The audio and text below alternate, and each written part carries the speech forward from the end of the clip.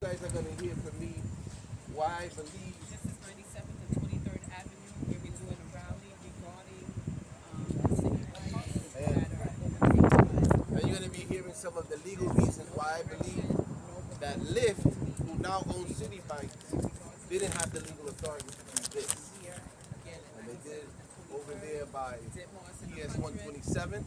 Jackson and I Road. got 4 calls from teachers today, saying they're taking away these spots we can't park. So the teachers don't have park. The residents don't have park. We see the increase in the population. You wanna come on over? Get the picture here. Those that are either riding bikes or riding their own bikes, which are not. There is no need for the city lights in this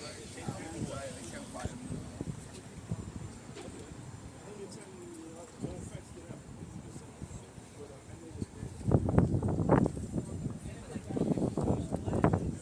Hey, what's up, man?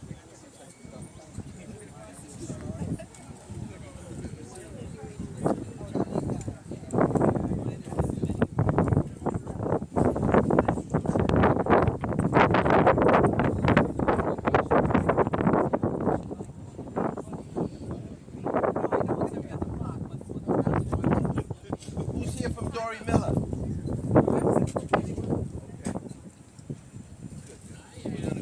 Yes, get in the picture.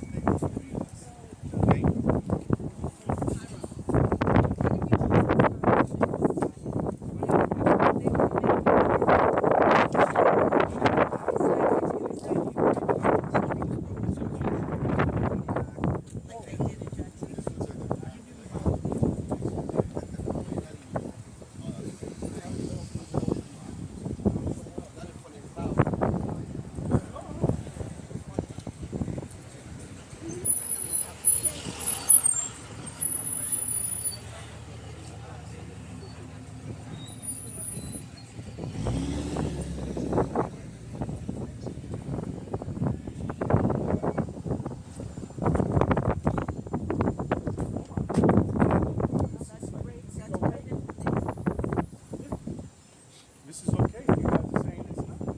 My phone blew up, and I was like, okay, all right, let's get out here and do something. And to tell you the truth, what I found out today, I don't even know.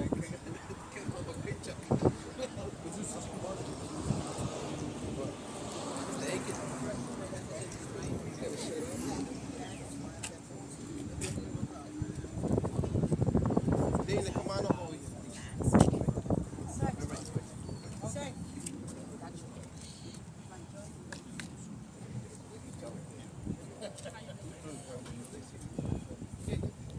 Wait.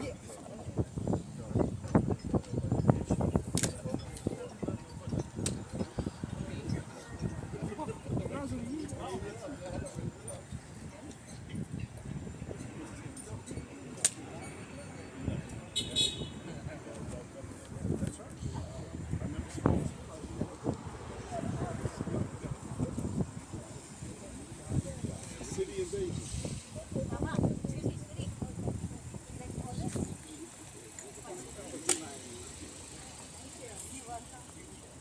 Excuse me.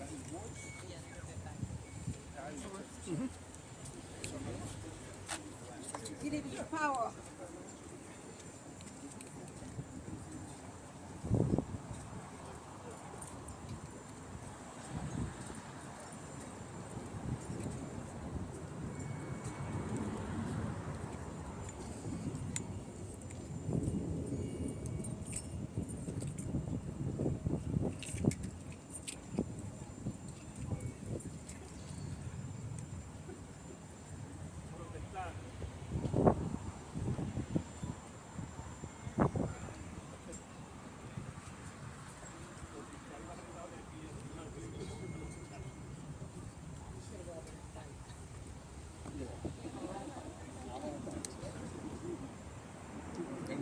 spots. It's an invasion. Unwarranted invasion. No city bikes.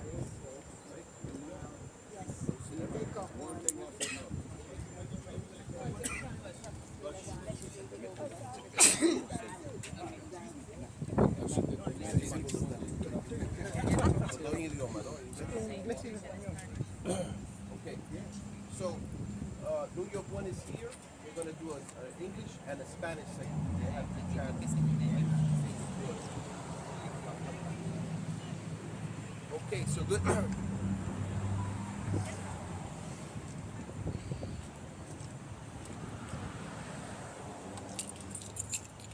Good afternoon, everyone. My name is Hiram Monserrate. I'm a local East Elmhurst resident, live right here on 99th Street, and the district leader for this community.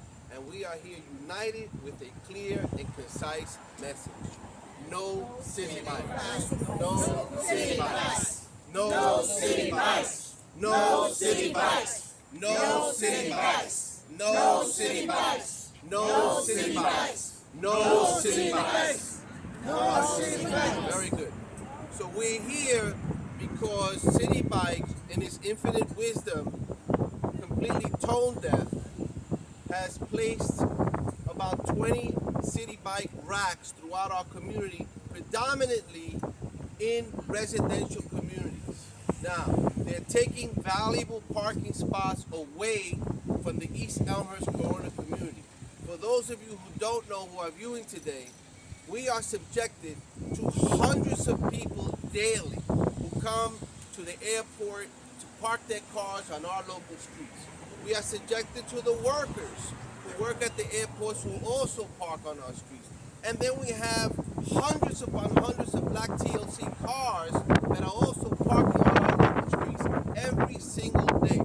So every parking spot is precious to this community. And what we see here is wantonly City Bike taking away precious parking spots from tax-paying homeowners and residents in East Elmhurst. And we say no city bikes. No city bikes. No city bikes. No city bikes. No city bikes. No city bikes. Final point that I'd like to make. We're not even so sure that it's legal what they have done. Like I say, when I served in the council, I also served on the land use committee. This is residential community. We're not supposed to be putting commercial enterprises on residential streets.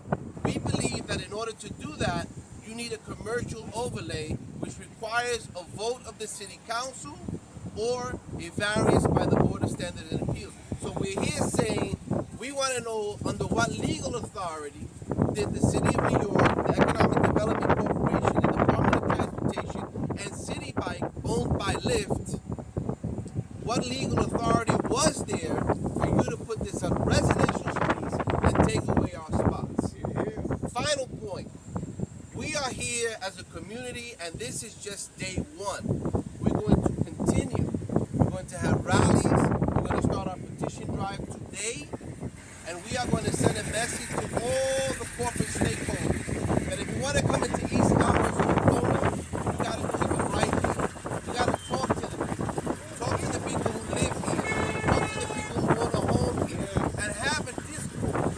And why would you put City Bike racks right in front of the house of our iconic civil rights leader that Malcolm X was and continues to be embodiment of progress for our communities? We named this street for him. But City Bike came here and put a bike rack and never had a conversation with us. So to that we say, no city bikes! No city bikes! No city bikes! No city bikes! No city bikes. En español, estamos aquí, I'm going to say this for him, estamos aquí congregados como una comunidad unida, desafiando a City Bike y sus dueños, la corporación Lyft, que pusieron estos kioscos de bicicletas en nuestra comunidad sin tan siquiera hablar con nosotros, y lo pusieron en la calle de un ícono de los derechos civiles que era Malcolm X, aquí enfrente de su casa. Y nosotros le decimos a City Bike, no city bikes. No city bikes. No city bikes. No city bikes. No city bikes. Today we are also joined by our good friend and ally in this struggle, who is the president of the Ditmars Block Association, Mr. Frank Taylor. Frank? Yes, hello everyone. Thank you for coming out. Thank you for standing up. This area needs its parking. We have a senior community. We are not riding bikes to the stores. We are not riding bikes to different places. And people here that you see here, if they want to ride a bike, they own the bike. And they put it in their garage or their front yard or their backyards. We asked DOT at the community board not to put them next to people's houses. If you wanted to put them in Flushing Meadow Park, next to the shelters, the migrant centers that are here, that everyone knows are here, knows that are too much, because we don't receive any type of resources for this, to do that. But to put them next to people's houses, no. No. No. No. No. No city bike. No. No city bikes. No city bikes. No city bikes. No city bikes. This is a case where we had conversations. We were told by DOT, New York City has a contract with City Bikes. So that meant whatever didn't get put in the Caucasian white areas now comes to the black and brown areas. You go on 27th Avenue, they're every 2 blocks. And they're 20 per rack. You go by our park where we have residential people living there. They're every 2 blocks. So where do people park? DOT did the same thing 3 or 4 years ago on Roosevelt Avenue.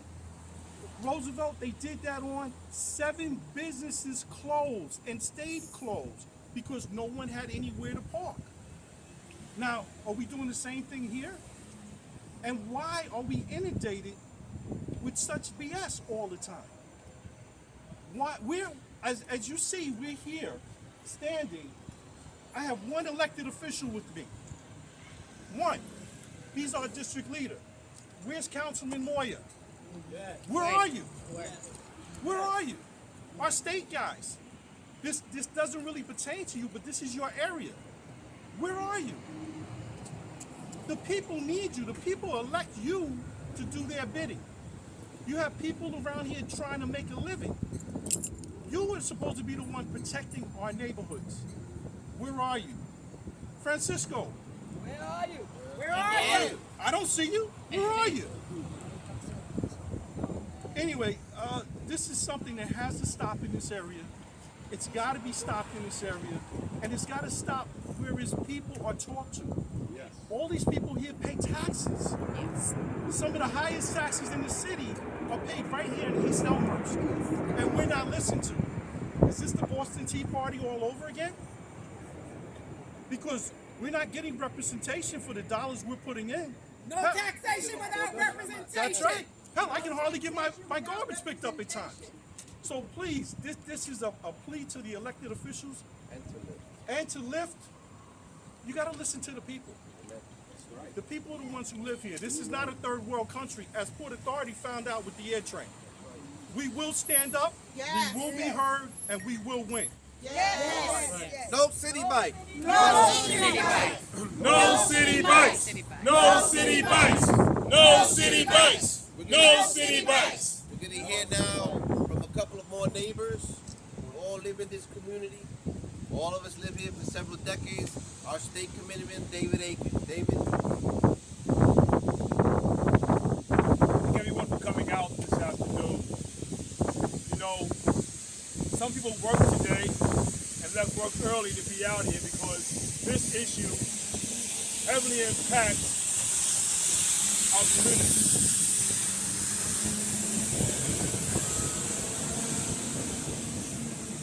If you live here, you understand what we go through on a daily basis as far as parking our cars, for our parents, our children, our neighbors, even our teachers that come here and teach our students have a hard time finding parking in our community. Unfortunately, we are now inundated with a service that does not serve our neighborhood. It negatively impacts us.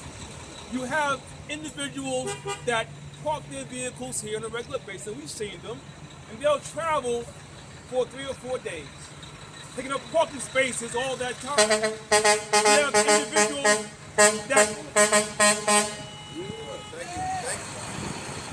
We have individuals that work in shifts, that when one leaves that parking space, someone's working behind it to park in that parking space. Now we have limited parking.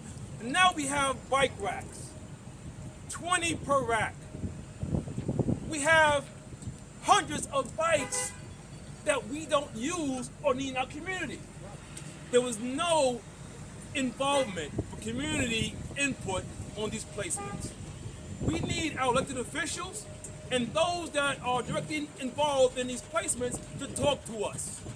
Here are our concerns, because if you did talk to us, you would know that we don't want this where they are. You would understand how it negatively impacts our livelihood on a daily basis. Not once a week, not twice a week, but every single day. Look around us. We are a diverse community, and then we all out here.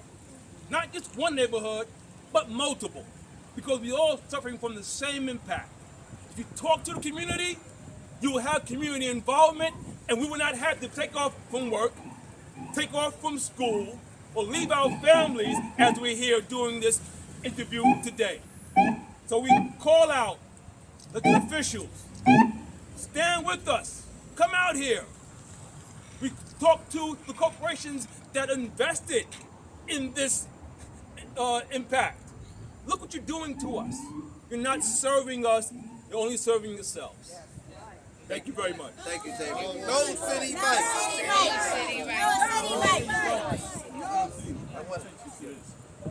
We have 2 bikers here.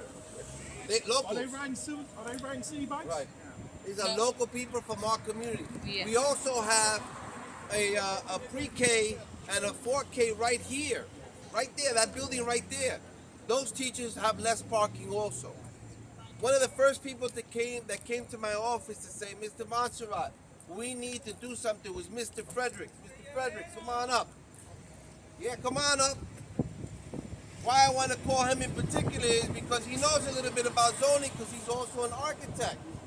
And so we had a long discussion, and after the discussion I had with him, I started doing the research.